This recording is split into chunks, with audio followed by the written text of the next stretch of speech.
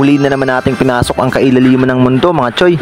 At after ko nga magkabit ng contest at after ko mag-reload ng pana, ito ang sumulubong sa akin, ang nakakalasong isda na pufferfish. Kakahupa lang ng agos, kaya ito sobrang dilim ng visibility. At dito na nga, sinalubong agad tayo ng rabbit fish. Medyo mailap ang isang to, kaya bigyan agad natin.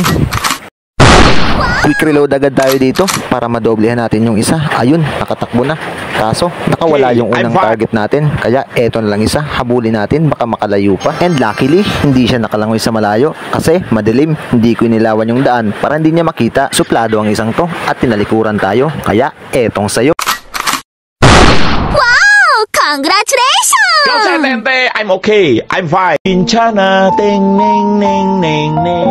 Grabe yun, sa sobrang pagpupumiglas ay nakawala pa. Kaya hahabulin ulit natin. At habang hinahabol natin mula dito sa kailaliman ng mundo, ay shoutout muna natin ang ating pinaka-active at ating pinakamasipag na commentator. Walang iba kundi si RB Touch Aus Nuab. I-follow nyo po siya guys sa kanyang page. Nakatusok RB Touch Spearfishing. Katusok, ang shot na to ay para sa'yo.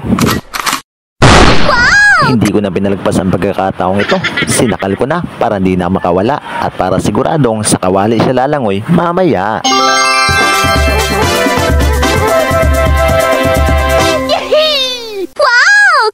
At sa aking muling pagpasok dito sa kailaliman ng mundong maalat, excuse me lang muna sa sea urchin dahil meron akong natatanaw na isdang bularat.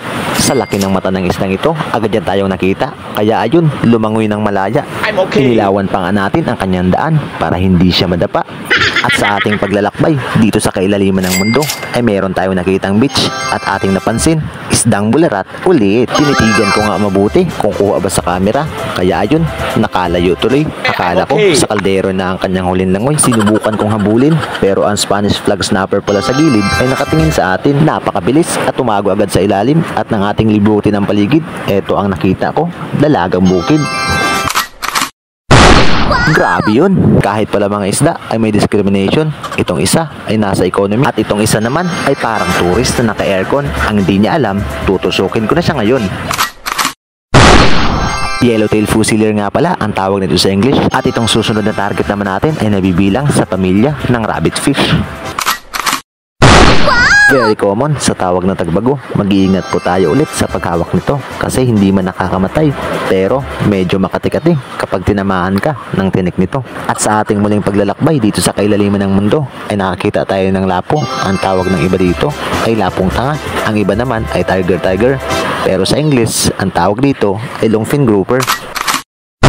I'm okay. I'm fine. Quinchana, Quinchana, ting, ning, ning, ning. Patakas pa nga, pero hindi niya alam ang daan pa uwi. Kaya ituturo ko sa kanya ang daan papuntang Kawali.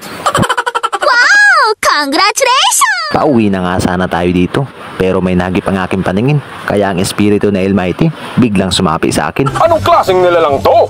Ang sindig nitong ilaw.